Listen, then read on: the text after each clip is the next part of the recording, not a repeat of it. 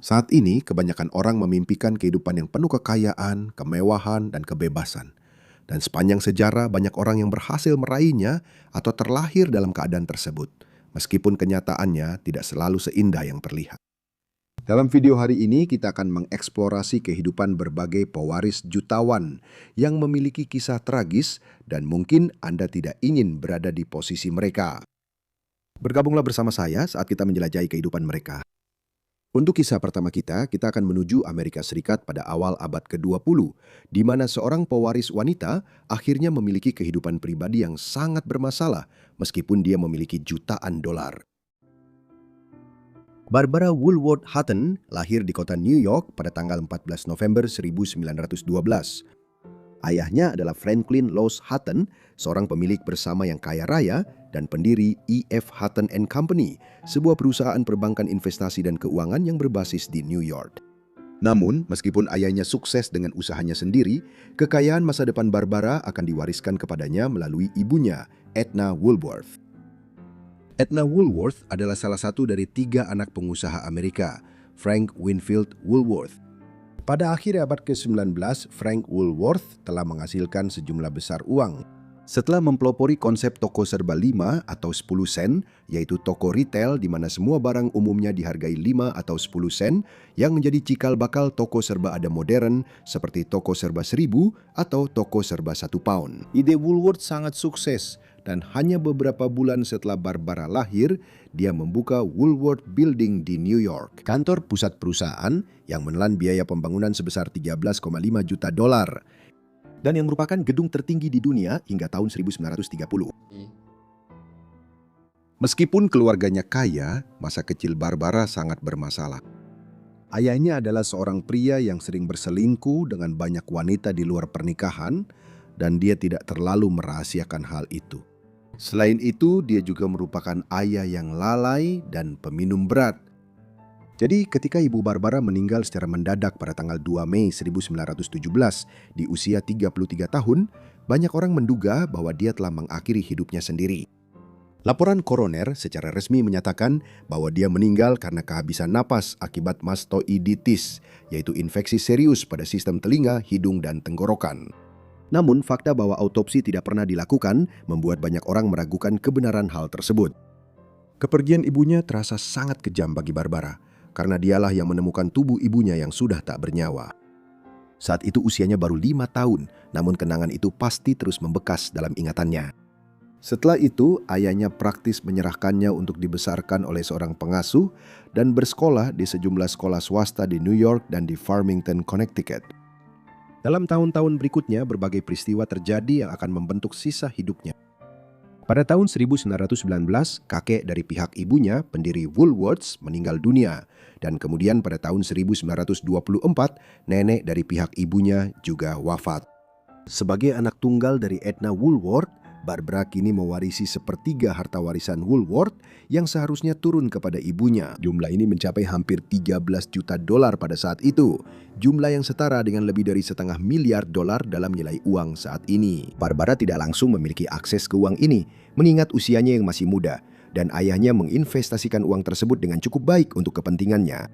Sehingga ketika akhirnya dia memperoleh kendali langsung atas uang itu, pada awal tahun 1930-an, nilainya melebihi 50 juta dolar, jumlah yang setara dengan lebih dari $1 miliar saat ini. Pada saat dia memperoleh harta warisan yang sangat besar ini, Barbara sudah memiliki reputasi di kalangan masyarakat kelas atas Amerika, dan reputasinya buruk. Pada akhir tahun 1929, bursa saham Wall Street mengalami kerugian besar setelah ledakan ekonomi pada tahun 1920-an. Dalam bulan-bulan berikutnya, ekonomi Amerika dan dunia terjerumus ke dalam depresi besar karena banyak orang kehilangan tabungan mereka dan jutaan warga Amerika akhirnya kehilangan pekerjaan. Oleh karena itu, dianggap tidak pantas secara sosial ketika keluarga Barbara mengadakan pesta debutan mewah untuknya di New York pada ulang tahunnya yang ke-18 pada bulan November 1930. Pesta itu juga menampilkan penampilan menyanyi Rudy Vallee sebagai bintang tamu, salah satu penghibur terkemuka pada masa itu.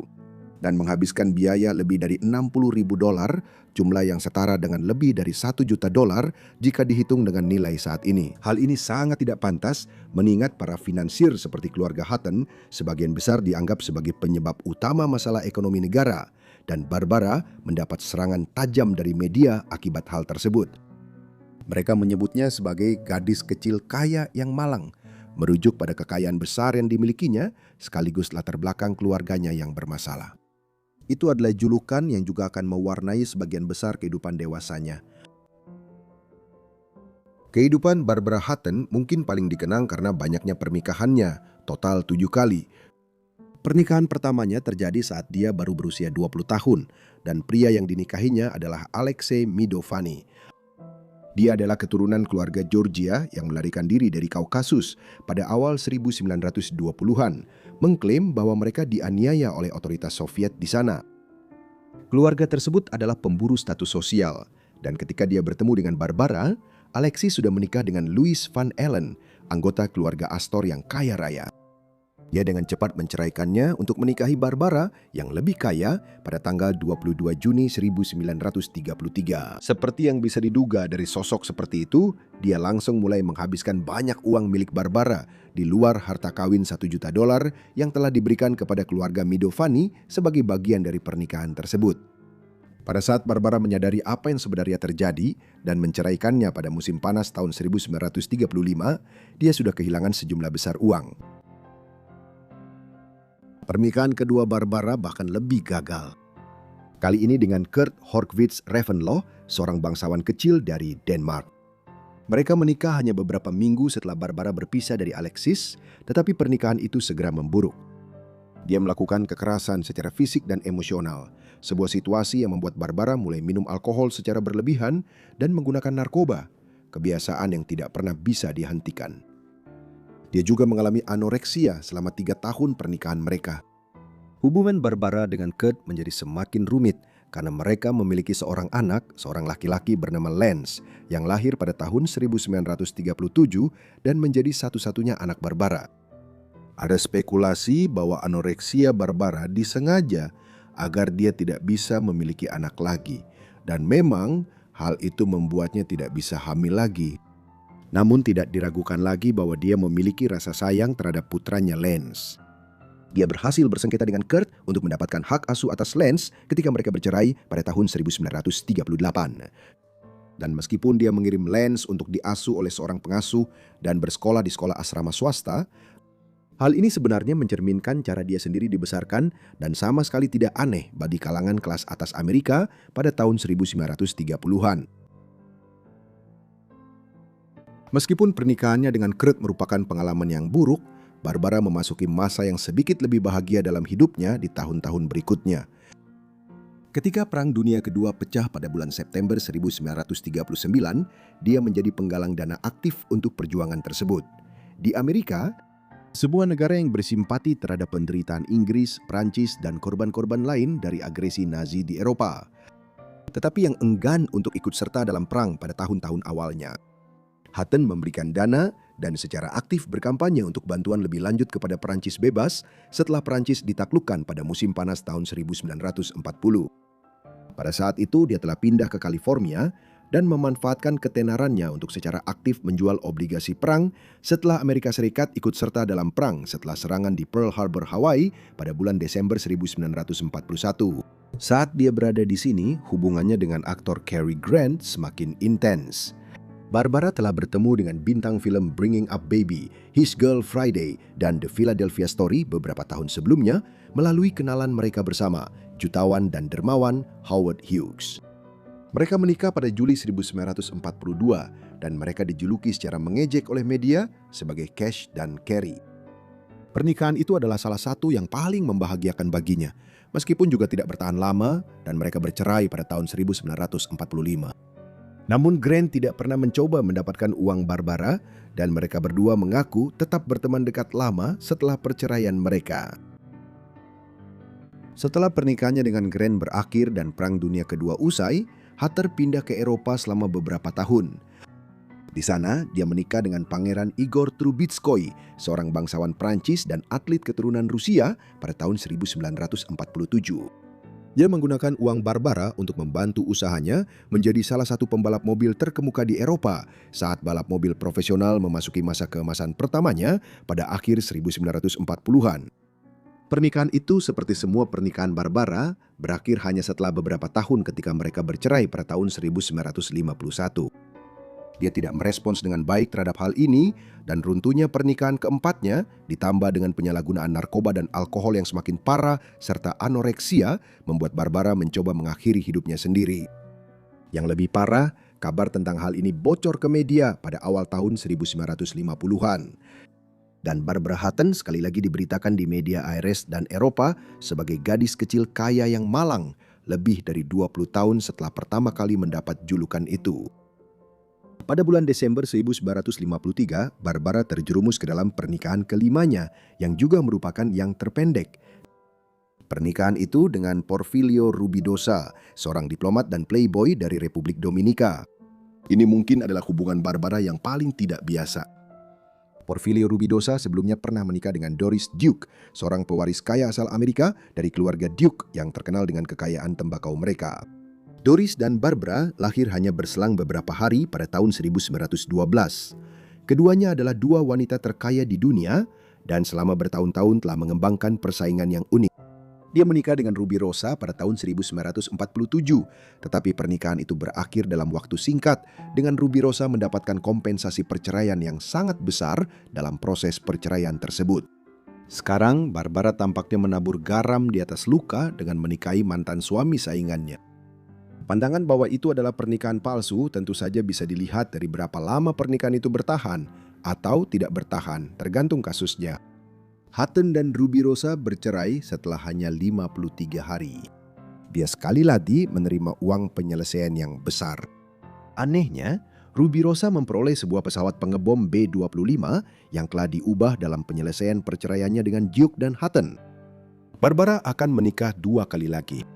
Pernikahan keenamnya adalah dengan Baron Gottfried Alexander von Kram, seorang pemain tenis profesional asal Jerman yang telah dikenalnya selama beberapa tahun dan pernah memenangkan French Open 2 kali pada tahun 1930-an. Mereka menikah pada tahun 1955 dan bercerai pada tahun 1959. Setelah itu, Barbara menikah sekali lagi dengan Pangeran Raymond Duan Vinhenner Chempersek, seorang bangsawan Laos. Pernikahan mereka hanya bertahan sedikit lebih dari 1 tahun pada pertengahan tahun 1960-an. Pernikahan ketujuh Barbara adalah yang terakhir baginya. Pada saat pernikahan itu berakhir di pertengahan tahun 1960-an, hidupnya mulai tampak tragis. Masalah alkohol dan obat-obatan yang dialaminya, ditambah dengan anoreksia, telah menyebabkan banyak masalah kesehatan ketika ia mencapai usia 50-an.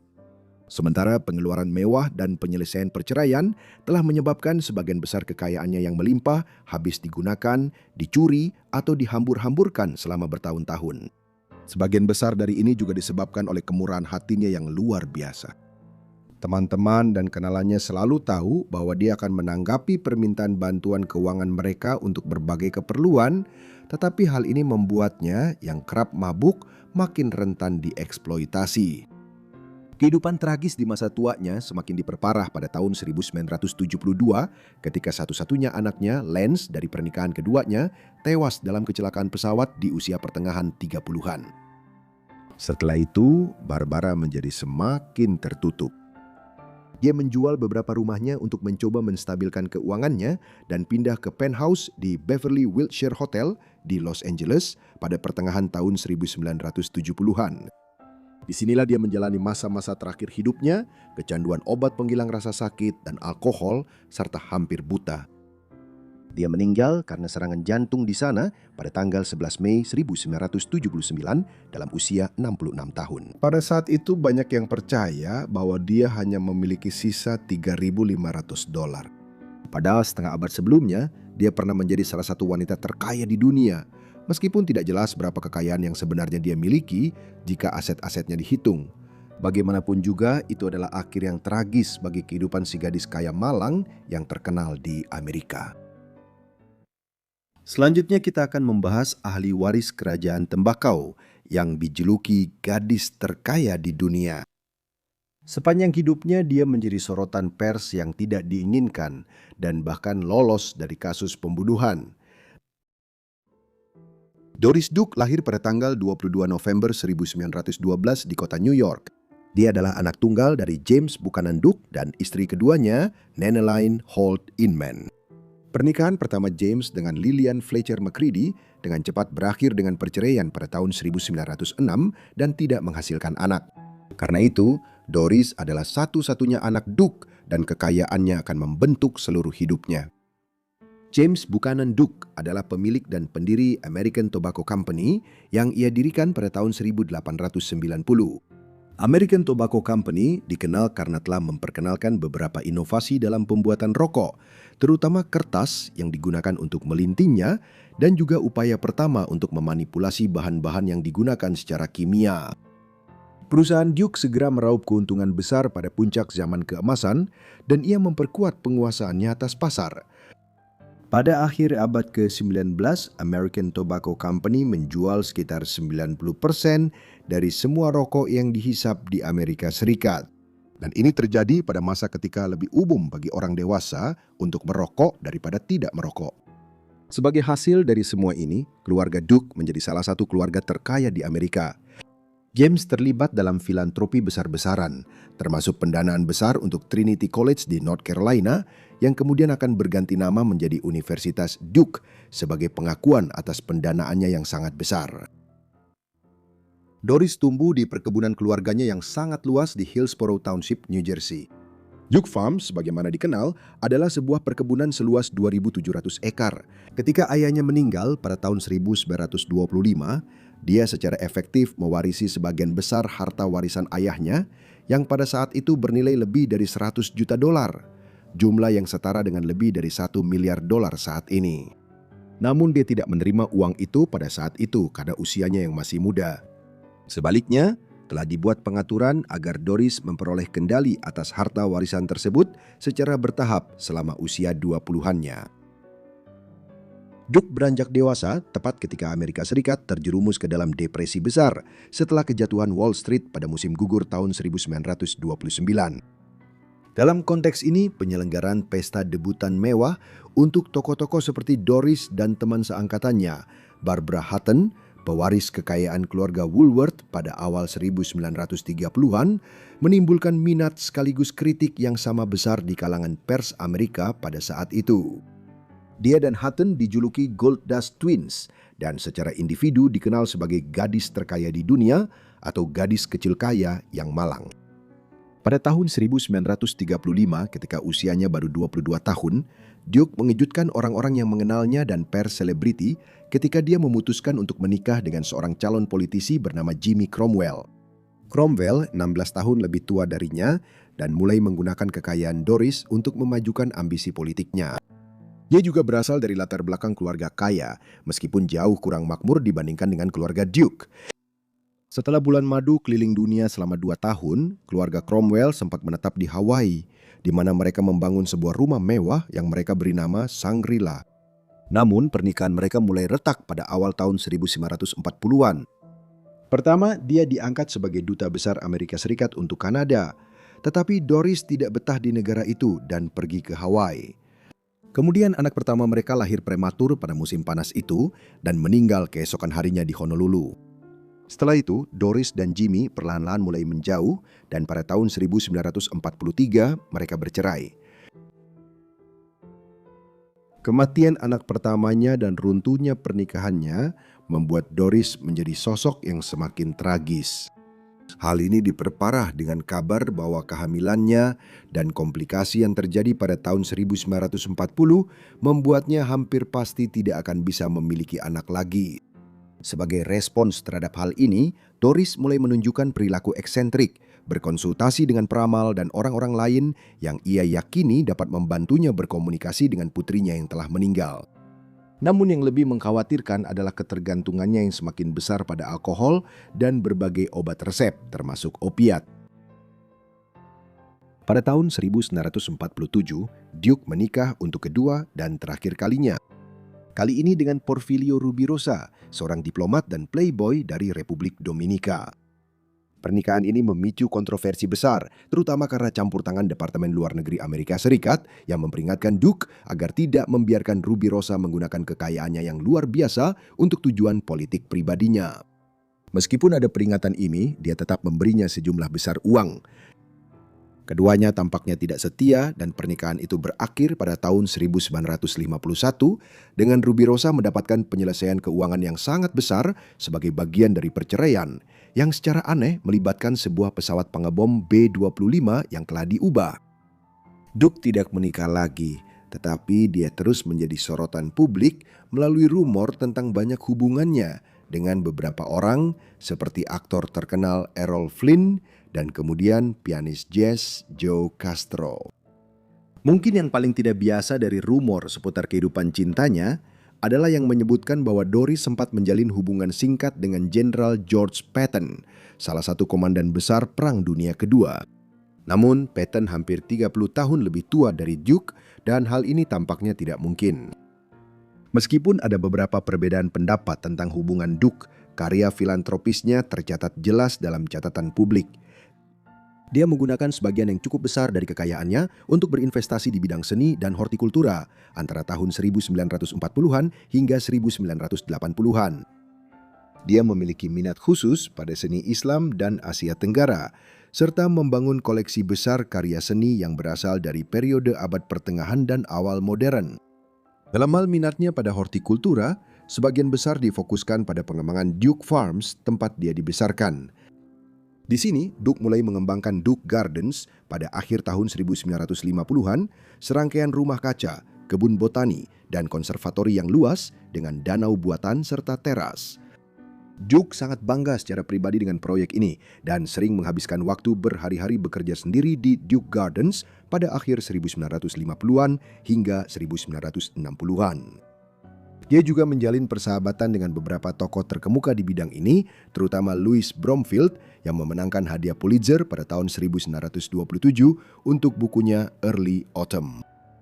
Dengan pendanaan dari Duke, Bromfield kemudian mendirikan Malaba Farm di Mansfield, Ohio, sebuah lokasi hortikultura eksperimental di negara bagian tersebut yang terletak di lahan seluas hampir 1.000 ekar. Dia juga menulis selama tahun-tahun ini untuk Harper's Bazaar dan pada tahun 1945 sempat menjadi jurnalis di Eropa pada akhir Perang Dunia Kedua bersama International News Service.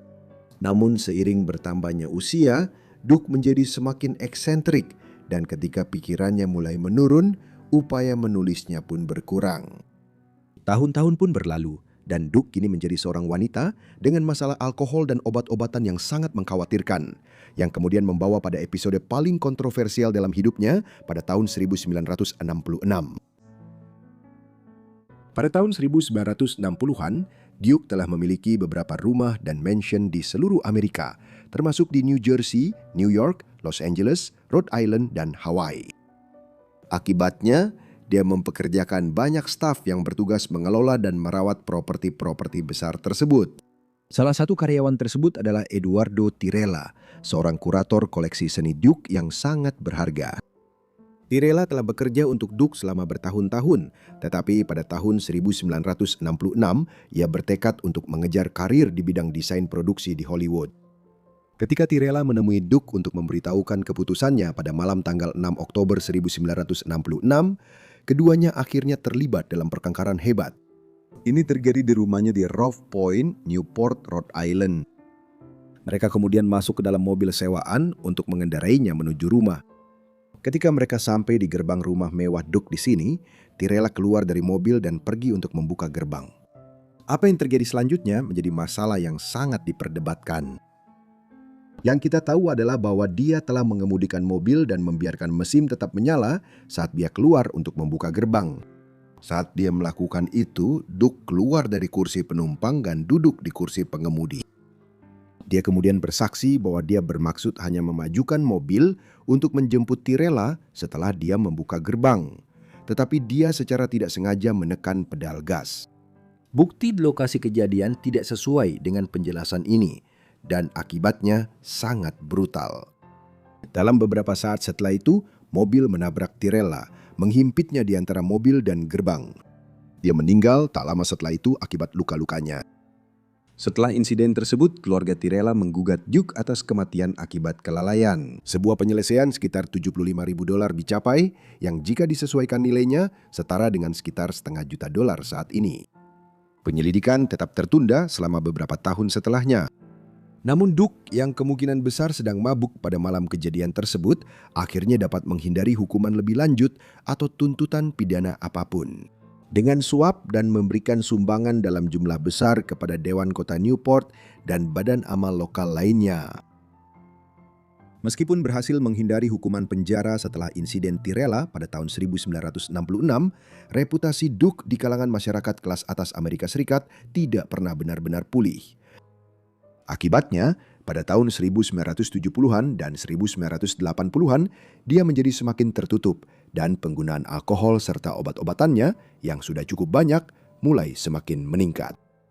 Menjelang akhir usia 70-an, Duke diyakinkan oleh penasihat medisnya untuk menjalani serangkaian operasi.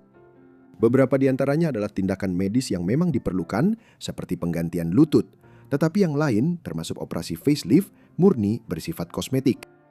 Operasi penggantian lutut, meskipun saat ini merupakan prosedur yang cukup rutin, masih merupakan operasi yang sulit pada awal tahun 1990-an. Operasi tersebut gagal dalam kasus Duke, sehingga dia harus menggunakan kursi roda selama sisa hidupnya.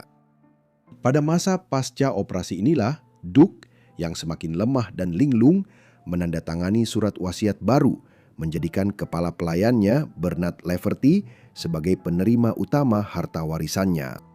Leverty adalah sosok licik yang telah dipekerjakan oleh Duke beberapa tahun sebelumnya, lebih sebagai teman minum daripada untuk alasan lain apapun. Perubahan pada surat wasiat Duke ini menjadi mencurigakan hanya beberapa bulan kemudian ketika Duke mengalami tersedak makanan dan Leverty menolak untuk memanggil ambulans. Kemudian, hanya beberapa minggu setelahnya, setelah beberapa kali keluar masuk rumah sakit dan dalam kondisi dipengaruhi morfin serta obat penghilang rasa sakit dalam jumlah besar, dia meninggal dunia pada tanggal 28 Oktober 1993. Duke berusia 80 tahun. Abunya kemudian ditebarkan di Samudra Pasifik. Perselisihan segera muncul atas harta warisannya yang bernilai $1,3 miliar dengan para pengacara yang mewakili berbagai pihak menuduh Leverty telah memanipulasi Duke untuk mengubah surat wasiatnya di bulan-bulan terakhirnya, bahkan ketika dia semakin tidak yakin dengan tindakannya sendiri. Akhirnya, pengadilan California turun tangan dan memutuskan bahwa Doris Duke Charitable Foundation akan menerima sebagian besar dari harta warisan tersebut. Namun Leverty tetap menerima pembayaran sekali sebesar $4,5 juta dan $0,5 juta setiap tahun setelahnya. Setelah itu, dia pergi ke Los Angeles, di mana dia meninggal pada tahun 1996. Tak lama sebelum kematiannya, dia dibebaskan dari tuduhan dalam penyelidikan yang diluncurkan oleh Jaksa Wilayah Los Angeles untuk menentukan apakah Duke dibunuh atau meninggal karena komplikasi akibat kondisi medisnya.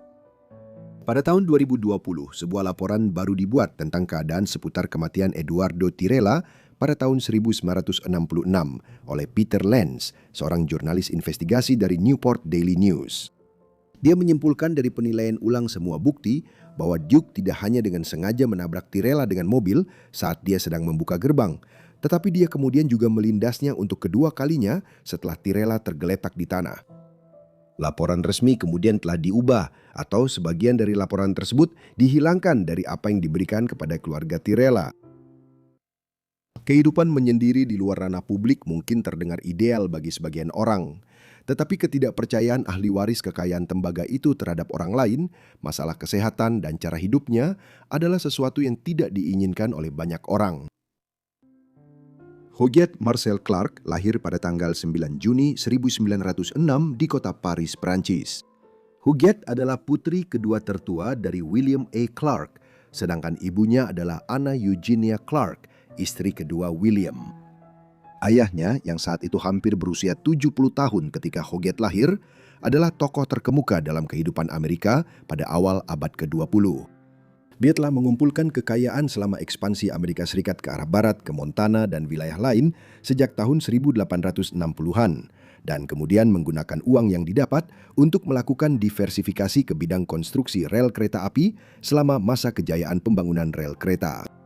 Dari sana, dia kemudian terjun ke dunia politik, menjadi senator dari Montana pada tahun 1890-an.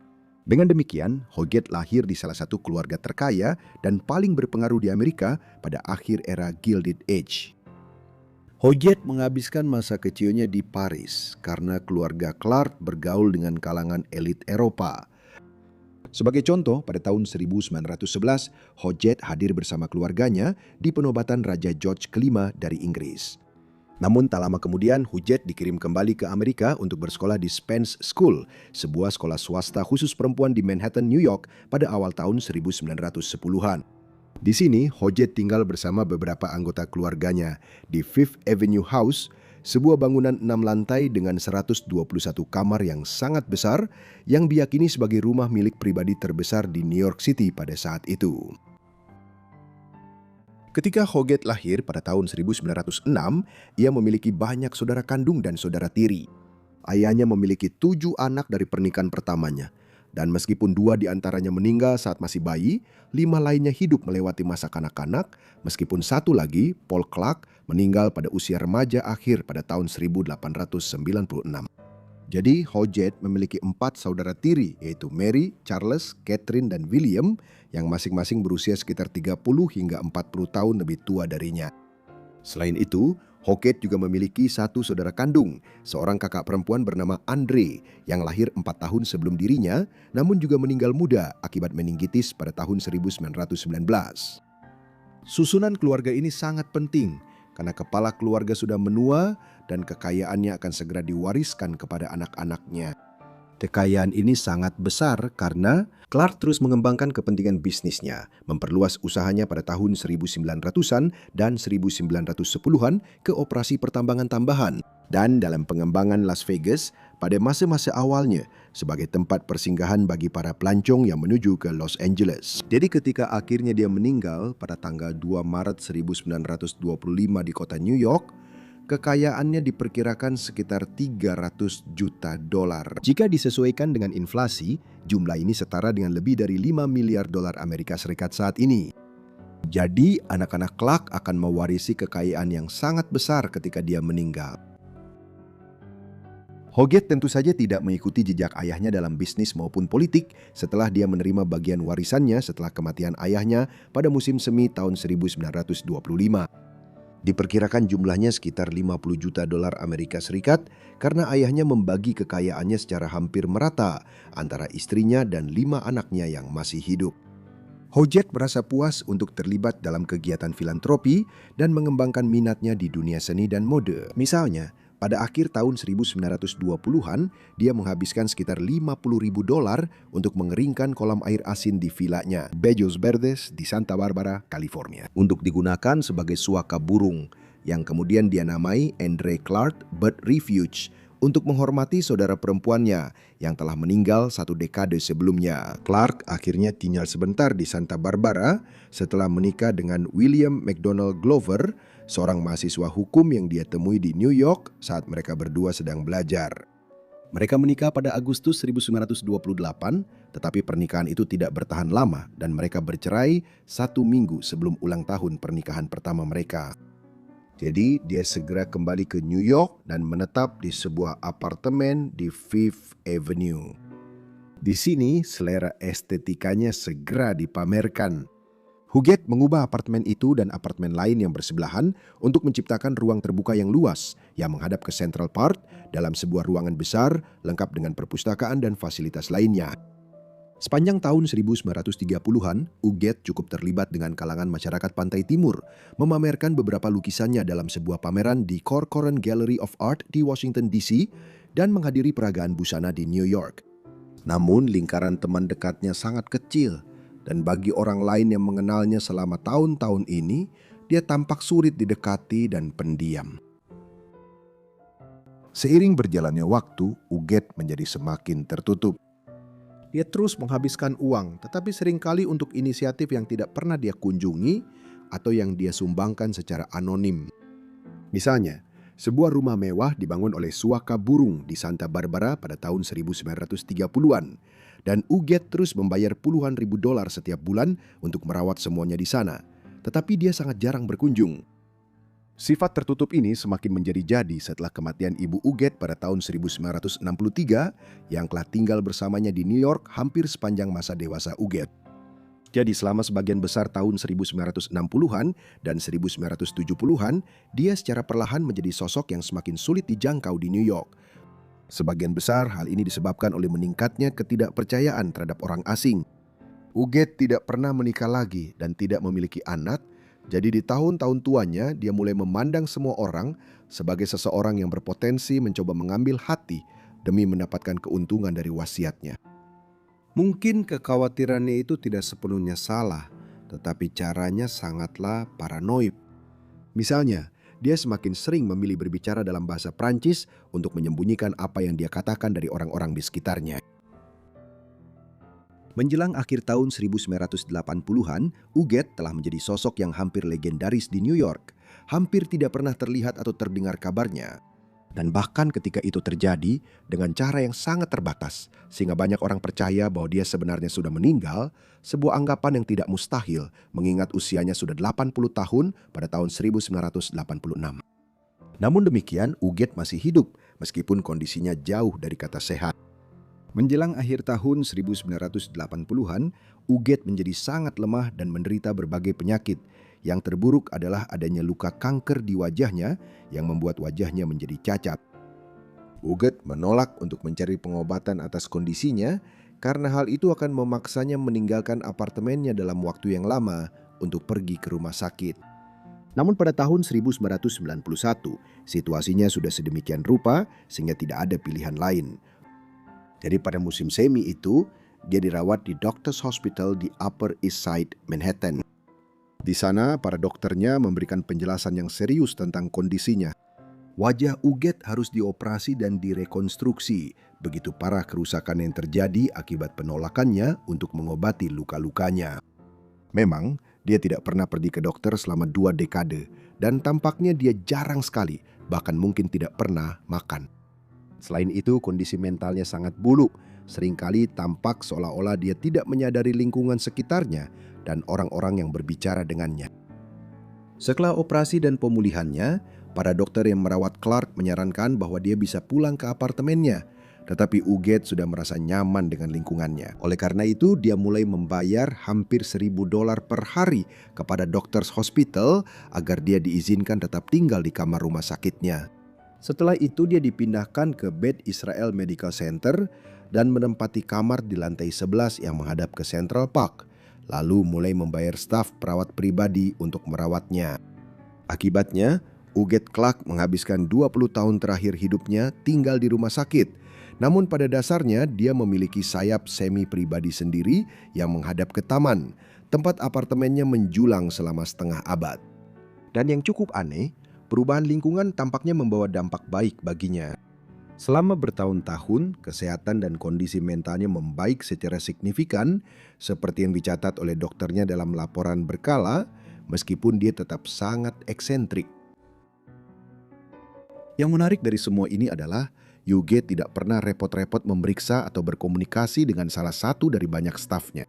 Dari apartemennya di Fifth Avenue, tanah miliknya di Santa Barbara, California, atau sebuah rumah mewah yang ia beli pada tahun 1950-an di Connecticut, namun tidak pernah benar-benar ia tinggali. Di berbagai tempat tinggal ini, para staf tetap menerima gaji mereka dan terus bekerja merawat properti-properti tersebut, tetapi mereka tidak tahu di mana majikan mereka berada atau apa yang telah terjadi padanya.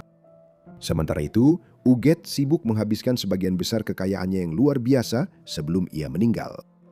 Jumlah besar diberikan sebagai hadiah kepada individu-individu. Seorang sahabat dekatnya seumur hidup menerima $10 juta. Ini mungkin saja dilakukan secara sah. Namun fakta bahwa salah satu perawat pribadi Uget di Beth Israel Medical Center, Hadassah Perry, menerima lebih dari $30 juta dalam bentuk uang tunai, warisan, dan hadiah, tampaknya menunjukkan adanya unsur eksploitasi. Namun di sisi lain, di tahun-tahun terakhir hidupnya, sulit untuk tidak menerima hadiah dari Uget. Pada suatu kesempatan, dia memberikan $25.000 kepada tukang reparasi yang memperbaiki televisinya di kamar rumah sakit. Uget akhirnya meninggal pada tanggal 24 Mei 2011 di usia 104 tahun. Segera muncul kontroversi seputar kekayaan dan harta warisannya. Misalnya, terungkap bahwa Uget memiliki beberapa lukisan yang sangat berharga karya sejumlah pelukis impresionis Prancis terkenal dari abad ke-19 dan awal abad ke-20 seperti Edgar Degas dan Claude Monet. Beberapa di antaranya telah hilang dari rumah mewahnya selama tahun-tahun dia tinggal di rumah sakit. Namun, kontroversi terbesar seputar wasiat Ugat adalah pembagian harta warisan senilai $300 juta yang dimilikinya pada saat kematiannya. Awalnya, sebuah wasiat diajukan ke pengadilan yang menunjukkan bahwa Uget ingin memberikan sekitar 3/4 dari hartanya kepada berbagai badan amal. Sekitar $30 juta kemudian disisihkan untuk perawat pribadinya, Hadassah Perry. Di luar sekitar $30 juta hadiah dan uang yang telah diberikan Ugat kepadanya saat masih hidup. Ketentuan lain memungkinkan pemberian warisan kepada anak baptisnya Wanda Steiker, serta pembayaran tunai kepada beberapa pelayan lamanya di apartemennya di Fifth Avenue.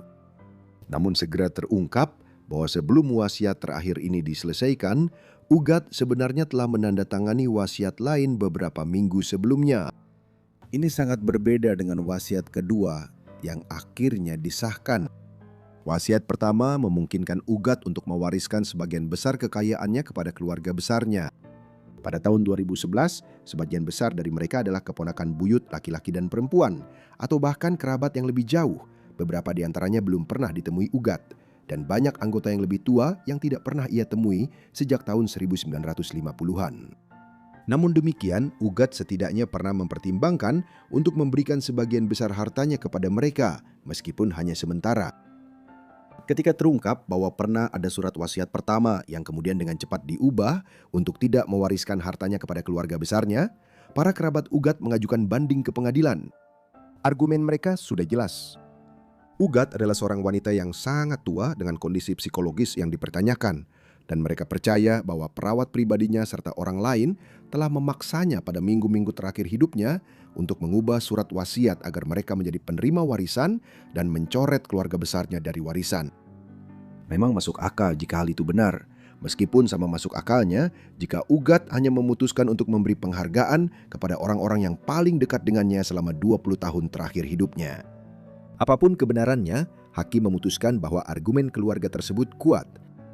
Dengan demikian, wasiat pertama Ugat secara efektif dijalankan dengan keluarga menerima lebih dari 75% dari seluruh harta warisan. Perawat pribadi Ugat, Hadassah Perry, dipaksa untuk mengembalikan $30 juta yang telah ia terima sebagai bagian dari wasiat tersebut. Penyelesaian ini dilakukan dengan ketentuan bahwa penerimaan jumlah serupa dalam bentuk hadiah dan hibah lainnya selama bertahun-tahun saat Ugat masih hidup tidak akan dipermasalahkan. Dengan demikian, keluarga Clark akhirnya menjadi penerima utama dari wasiatnya, meskipun kita tidak akan pernah tahu secara pasti kepada siapa sebenarnya Uget Clark yang misterius itu ingin mewariskan kekayaannya.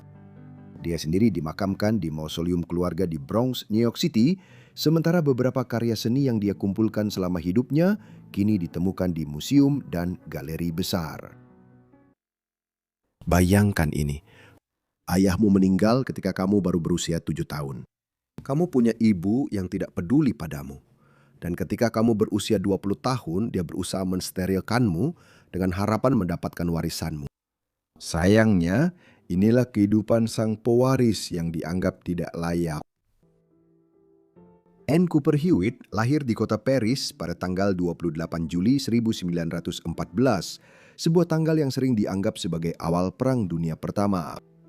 Pada hari inilah Kekaisaran Austria-Hongaria menyatakan perang terhadap Serbia yang memicu serangkaian deklarasi perang di seluruh Eropa. Itu adalah awal yang suram yang sering diingatkan oleh Ibu Anne kepada putrinya di kemudian hari. Ibunya adalah Marion Jean Andrews, seorang wanita yang sebelumnya pernah menikah dengan Dr. Perda Sata Brugier dan Alexandra Turner Stuart Denning. Kedua pria ini cukup kaya dan berkerabat dekat dengan para bankir serta finansier terkemuka di New York. Namun, ayah Anne bukanlah salah satu dari kedua pria tersebut, melainkan Peter Cooper Hewitt. Dia juga berasal dari keluarga yang sangat terkemuka karena kakeknya, Peter Hewitt, adalah seorang penemu jutawan dan pengusaha yang merupakan seorang patriark di kota New York. Pada saat kelahiran Anne, Peter menikah dengan Lucy Bonworth, putri dari keluarga perbankan lain yang juga terkemuka dan kaya raya. Jadi, dia dikandung sebagai hasil dari hubungan di luar nikah yang dijalani Peter dengan Marion sejak awal tahun 1910-an. Namun, tak lama kemudian dia menceraikan istrinya dan menikahi Marion.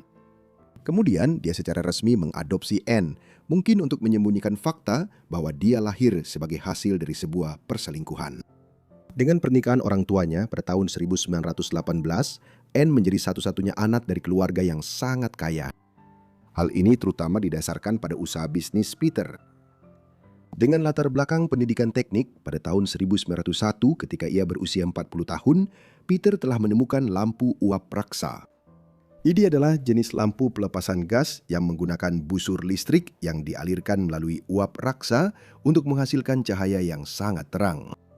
Lampu baru ini menawarkan manfaat besar dibandingkan bohlam yang tersedia sebelumnya, terutama karena bohlam yang digunakan di dalamnya dapat bertahan hingga 24.000 jam, menghasilkan cahaya yang sangat terang.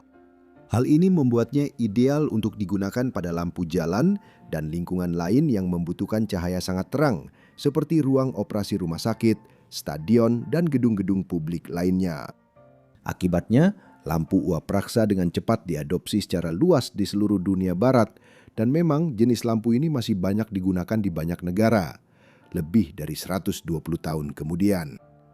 Dan karena dia yang menemukan dan mematenkan desainnya, Peter Cooper Hewitt menjadi orang yang sangat kaya. Inilah lingkungan tempat Anne tumbuh, dan hal ini juga akan sangat berpengaruh pada seluruh perjalanan hidupnya. Anne tidak benar-benar mengenal ayahnya. Dia meninggal pada awal musim gugur tahun 1921, tak lama setelah ulang tahun Anne yang ke-7. Peter lahir pada tahun 1861 dan ada perbedaan usia 20 tahun antara dirinya dan ibu Anne. Jadi tidak mengherankan jika dia meninggal jauh lebih dulu daripada Marion. Wasiatnya agak tidak biasa. Dia tidak mewariskan seluruh hartanya kepada istrinya, juga tidak membaginya secara merata antara istrinya dan satu-satunya anak mereka. Sebaliknya, Peter mewasiatkan agar Marion hanya menerima sepertiga dari hartanya, sementara Anne menerima 2/3-nya. Dia akan menerima kekayaan ini pada musim panas tahun 1935 ketika dia berusia 21 tahun. Jumlah uangnya sangat besar. Meskipun desain awalnya untuk lampu uap raksa memiliki beberapa masalah desain, pada tahun 1903 dia telah memperbaiki kekurangannya dan lampu tersebut kemudian diadopsi di seluruh Amerika Serikat dan di banyak negara Eropa. Ini termasuk inovasi yang dikenal sebagai penyarah busur raksa yang dapat mengubah daya arus bolak-balik menjadi arus searah. Dua jenis arus tersebut yang telah memicu perang arus pada tahun 1880-an antara Thomas Edison dan George Westinghouse. Sumber pemasukan lainnya bagi keuangannya adalah munculnya industri film Hollywood dan penggunaan lampu Hewitt untuk penerangan studio. Sebagai hasil dari upaya-upaya ini, ketika ia meninggal pada tahun 1921, ia meninggalkan warisan senilai $4 juta, jumlah yang setara dengan lebih dari $100 juta dalam nilai uang saat ini, tergantung pada bagaimana inflasi dihitung. Sekitar $2,7 juta dari uang ini disisihkan dalam bentuk dana perwalian untuk Anne dan ia akan mewarisinya pada tahun 1935. Sayangnya, uang tersebut akan menjadi pusat dari kisah tragisnya pada tahun 1930-an. Hubungan Anne dengan ibunya selalu tegang dan hal ini terus berlanjut saat ia tumbuh dewasa. Marion sangat kejam kepada putrinya, sering menghina Anne secara verbal dengan menyebutnya anak itik buruk rupa dan orang bodoh. Bahkan Marion juga sering menyakiti Anne secara fisik. Bertahun-tahun kemudian, Anne menyatakan bahwa ibunya jarang mendekatinya, malah mempekerjakan sekelompok pembantu untuk melakukan segalanya, mulai dari memakaikannya pakaian di pagi hari, menyiapkan makanannya, hingga menidurkannya di malam hari. Sebaliknya, Marion menjalani hidup yang menyendiri dan ia menikah 2 kali lagi dalam beberapa tahun setelah kematian Peter. Pertama dengan Baron Frederick Emily Reggie Dolanger pada tahun 1922 dan kemudian dengan George William Charles MacArthur pada tahun 1926.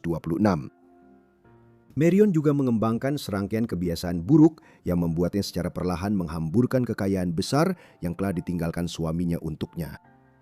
Kebiasaan tersebut adalah kecanduan alkohol yang semakin parah dan kecenderungan berjudi, kombinasi berbahaya bagi seorang wanita dengan banyak uang yang bisa hilang. Pada tahun 1930-an, kebiasaan buruk ini terutama dilakukan di California, tempat dia dan Anne tinggal di San Francisco.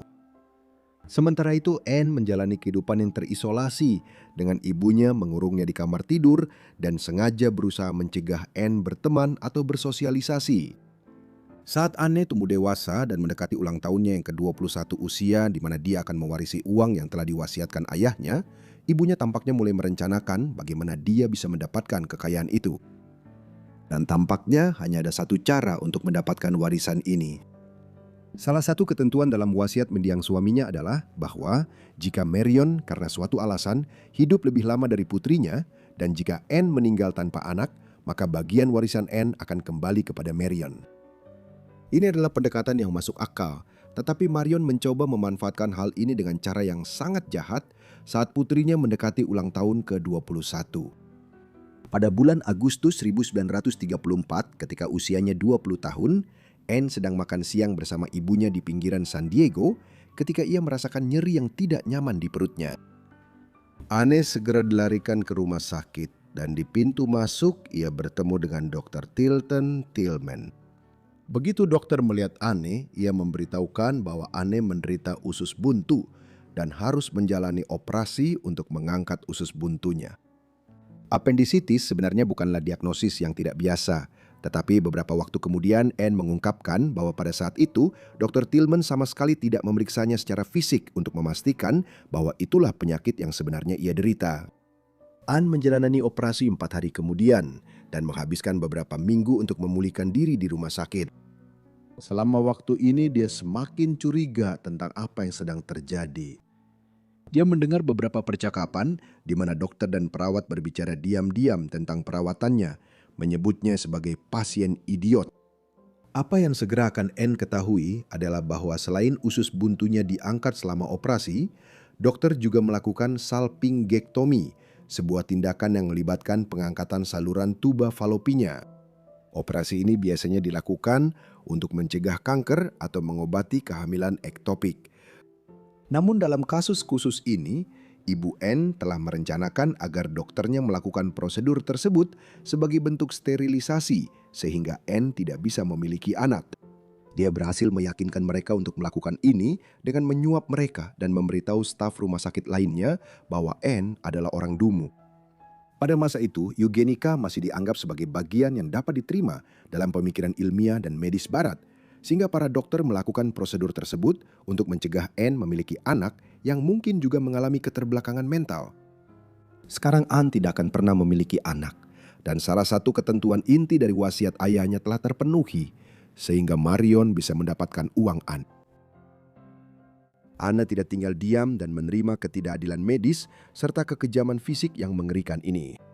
Sebaliknya, dia menyewa penasihat hukum dan pada Januari 1936 dalam sebuah konferensi pers yang sangat terbuka di sebuah kantor di San Francisco, dia menyatakan kepada para wartawan yang berkumpul bahwa dia menggugat ibunya sebesar $500,000 dengan klaim bahwa Marion telah menyewa 2 dokter untuk mensterilkan dirinya dan juga membayar mereka menggunakan uang yang diambil dari dana perwalian Anne.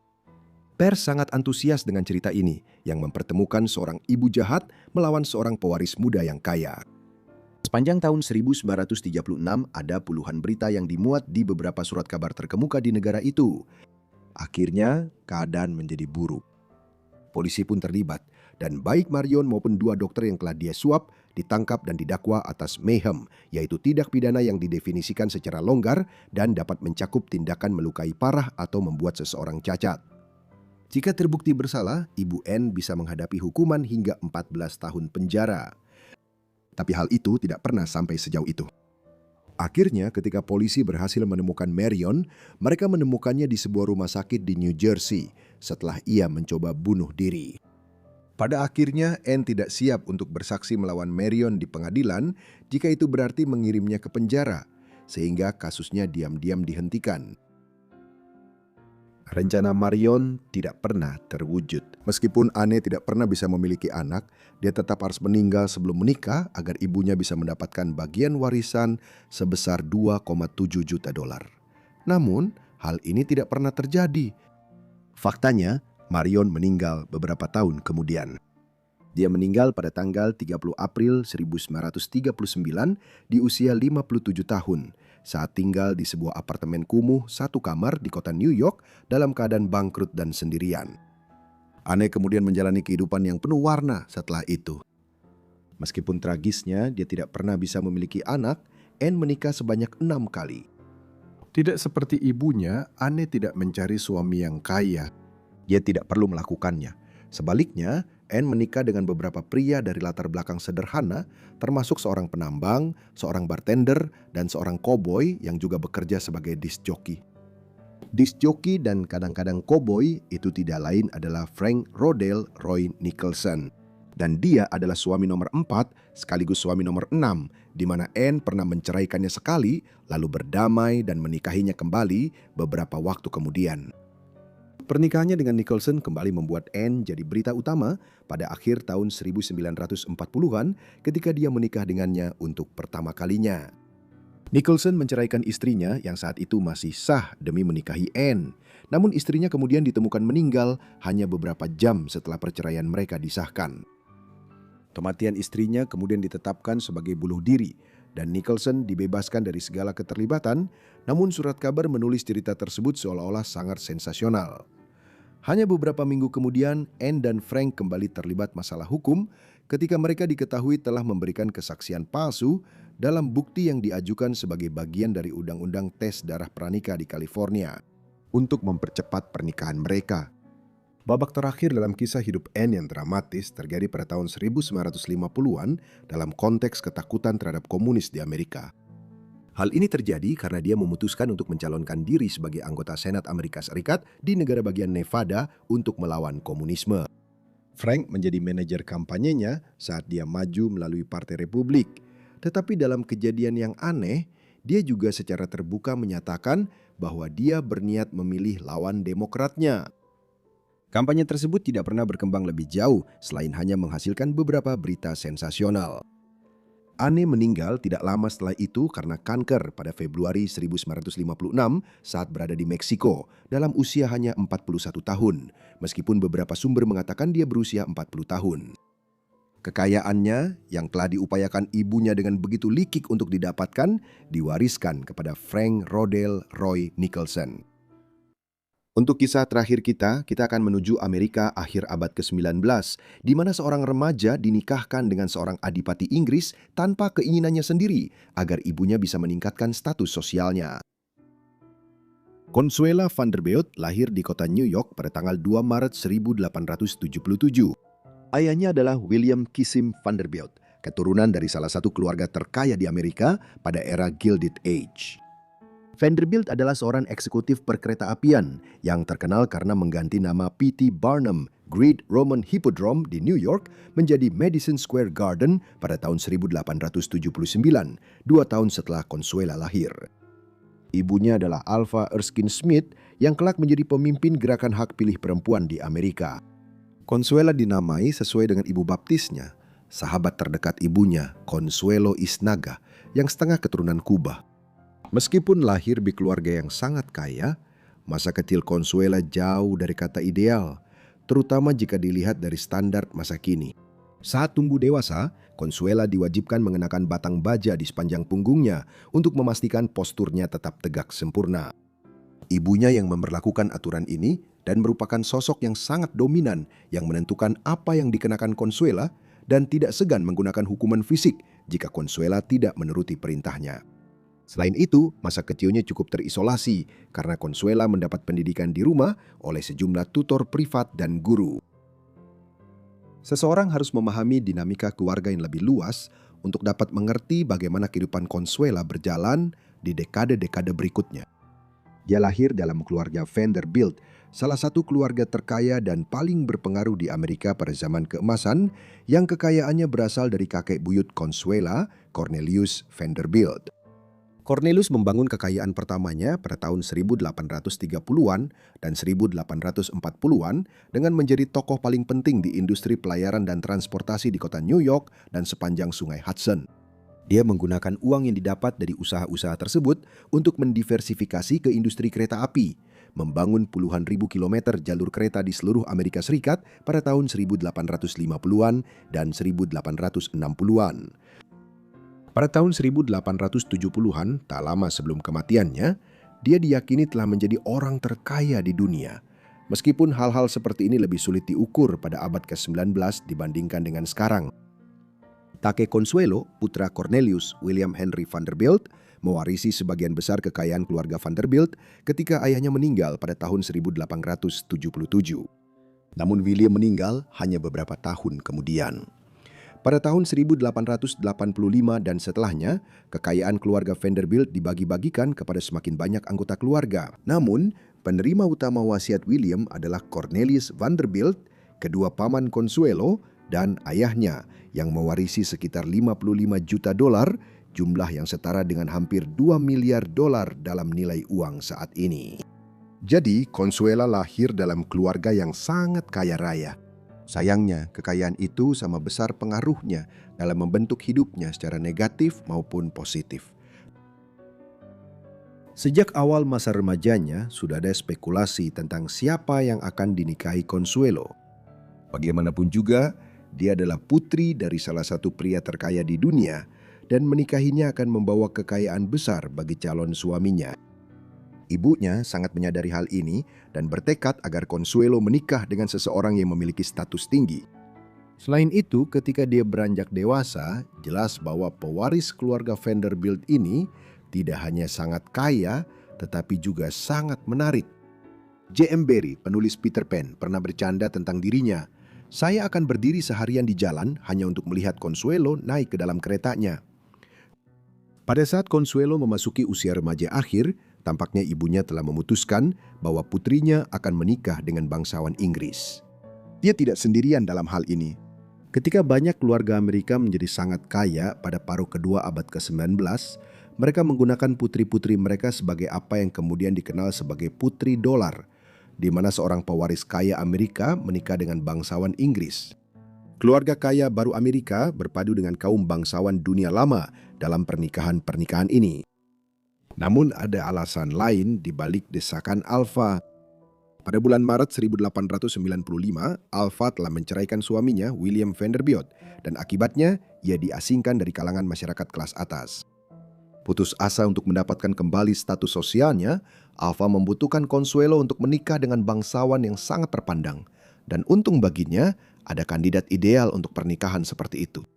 Ini adalah Charles Spencer Churchill, Adipati Marlborough ke-9. Marlborough adalah keturunan dari salah satu keluarga bangsawan paling terkenal di Inggris, di mana Adipati pertama memimpin upaya perang Inggris selama Perang Suksesi Spanyol pada awal abad ke-18.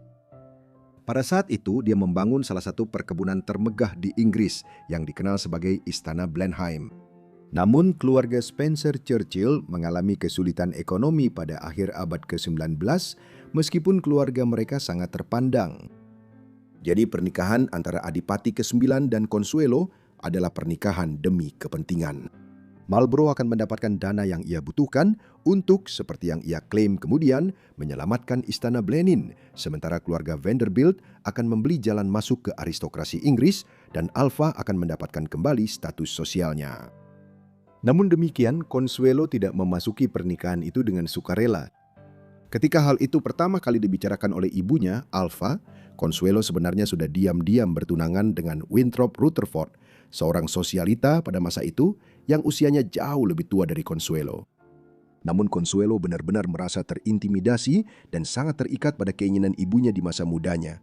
Dan meskipun sama sekali tidak tertarik untuk menikah dengan Spencer Churchill, ia tetap setuju untuk menikah atas permintaan ibunya. Ternyata, Yang membuat Consuelo akhirnya setuju adalah ketika ibunya memeras secara emosional dengan mengklaim bahwa kesehatannya memburuk secara drastis karena Consuelo tidak mau menyetujui pernikahan itu. Pernikahan itu disahkan pada tanggal 6 November 1895 ketika Consuela baru berusia 18 tahun. Ternyata saat dia berdiri di altar, Consuelo menangis di balik kerudungnya. Sebagai bagian dari perjanjian, Marlboro menerima saham kereta api Vanderbilt senilai 2,5 parah juta dolar, jumlah yang setara dengan hampir 100 juta dolar saat ini. Namun, meskipun pernikahan itu sangat menguntungkan bagi keluarga Spencer Churchill dari segi keuangan, dari sudut pandang pribadi itu adalah sebuah bencana.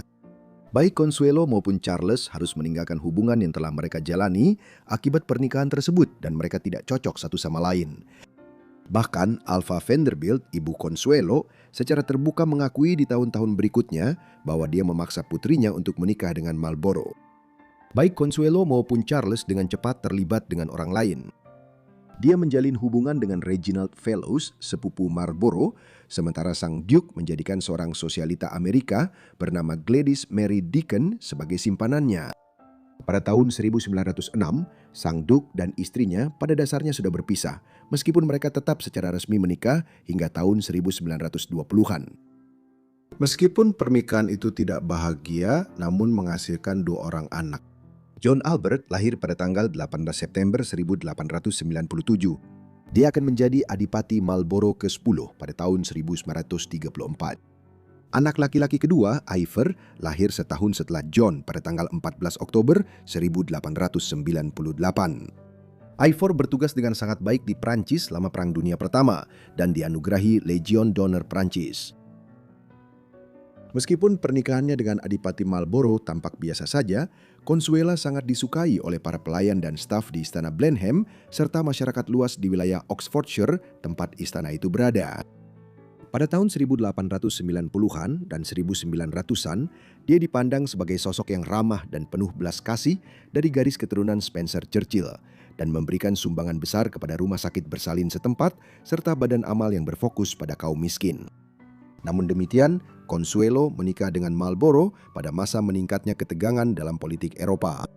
Kekuatan-kekuatan besar telah terjebak dalam persaingan sengit sejak tahun 1870-an, didorong oleh sentimen nasionalis, perebutan wilayah kolonial di Afrika dan Asia, serta ketegangan antara kekuatan seperti Inggris dan Jerman. Pada awal abad ke-22, aliansi bersenjata utama telah terbentuk di seluruh benua, dan pada tahun 1914, krisis regional di Balkan meledak menjadi Perang Dunia Pertama. Consuelo dengan cepat terlibat dalam pekerjaan filantropi dan amal untuk membantu upaya perang di tanah air barunya. Pada tanggal 5 Agustus 1914, hanya beberapa hari setelah pecahnya perang, dia bersama Lou Hoover, istri calon Presiden Amerika Serikat Herbert Hoover, dan Lady Randolph Churchill mendirikan American Women's War Relief Fund, sebuah organisasi ekspatriat perempuan Amerika yang dirancang untuk membantu mendanai dan mendukung upaya perang di Inggris. Selama beberapa tahun berikutnya, Consuelo melalui American Women's War Relief Fund terlibat dalam penggalangan dana dari Amerika untuk membantu Inggris. Itu berlangsung hingga Amerika Serikat bergabung dalam perang di pihak Inggris dan Prancis pada tahun 1917. Dana tersebut juga menggunakan uang yang telah dikumpulkan untuk membiayai pabrik rajut dan bengkel, bahkan melengkapi sebuah rumah sakit militer. Pada akhir perang, yang disebut Rumah Sakit Perang Wanita Amerika telah merawat lebih dari 7.000 tentara yang terluka. Consuelo dan Charles akhirnya resmi bercerai pada tahun 1921. Pada saat itu, Consuelo sudah lama menjalin hubungan dengan Jacques Balsan. Balsan adalah seorang pelopor penerbangan yang mulai bekerja dengan balon udara sekitar pergantian abad, namun kemudian beralih membangun pesawat terbang setelah bekerja dengan Wright bersaudara, orang pertama yang menerbangkan pesawat di Kitty Hawk pada tahun 1903. Dia dan Consuelo telah menjalin hubungan selama bertahun-tahun sebelum Consuelo mendapatkan perceraian yang telah lama dinantikan dari Marlboro, dan segera setelah perceraian itu diselesaikan, Consuelo dan Jacques menikah pada tanggal 4 Juli 1921. Dia berusia 52 tahun dan Consuelo berusia 44 tahun. Pernikahan kedua Consuelo adalah pernikahan yang sangat bahagia. Dalam sebuah autobiografi yang ditulis oleh penulis bayangan pada awal tahun 1950-an, Consuelo menyebut masa-masanya bersama Balisan sebagai masa emas. Mereka tinggal terutama di Paris pada tahun 1920-an dan 1930-an dan nyaris tidak berhasil melarikan diri dari ibu kota Prancis ketika pasukan Nazi maju pada musim panas tahun 1940. Melarikan diri ke Spanyol lalu Portugal sebelum akhirnya menuju ke Amerika Serikat. Mereka menetap di Florida setelah itu, menjalani sisa hidup mereka di Amerika. Sebagian besar tahun-tahun terakhir, pernikahan Consuelo dan Jack telah dijalani di Manilipin, sebuah komunitas kecil di Palm Beach County, Florida. Di sini, dia dan suami keduanya membangun sebuah rumah besar yang dinamai Casa Alfa, diambil dari nama ibu Consuelo. Dibangun di atas lahan seluas 150 ekar, rumah tersebut memiliki luas 26.000 kaki persegi. Dan ketika dijual pada tahun 1950-an, nilainya mencapai $568.000, jumlah yang setara dengan jutaan dalam nilai uang saat ini di masa sekarang. Casa Alfa memiliki tempat tersendiri dalam sejarah modern. Pada tahun 1946, sepupu ipar Consuelo dari pernikahan pertamanya, mantan Perdana Menteri Inggris dan pemimpin masa perang Winston Churchill, menginap di sini dalam perjalanannya untuk memberikan pidato di Westminster College di Missouri. Oleh karena itu, diyakini bahwa ia telah memoles dan berlatih pidato tirai besi yang terkenalnya di rumah Consuelo. Sebuah pidato di mana ia secara kontroversial menggambarkan kekuasaan Soviet di Eropa Timur dan Tengah seperti tirai besi yang turun melintasi tengah Eropa. Consuelo dan Jack menghabiskan sebagian besar masa pernikahan mereka di Florida, sambil juga mempertahankan tempat tinggal di New York dan Long Island. Pada tahun 1953, autobiografi Consuelo yang dituliskan atas namanya oleh Stuart Preston, seorang kritikus seni dan penulis asal Amerika, diterbitkan. Berjudul The Glitter and the Gold, buku itu memberikan kisah yang menghibur meskipun sangat selektif tentang kehidupannya dan dunia seorang ahli waris perempuan era Gilded Age. Jack meninggal pada tanggal 4 November 1956 di kota New York. Jenazahnya dipulangkan ke Prancis dan dimakamkan di Paris.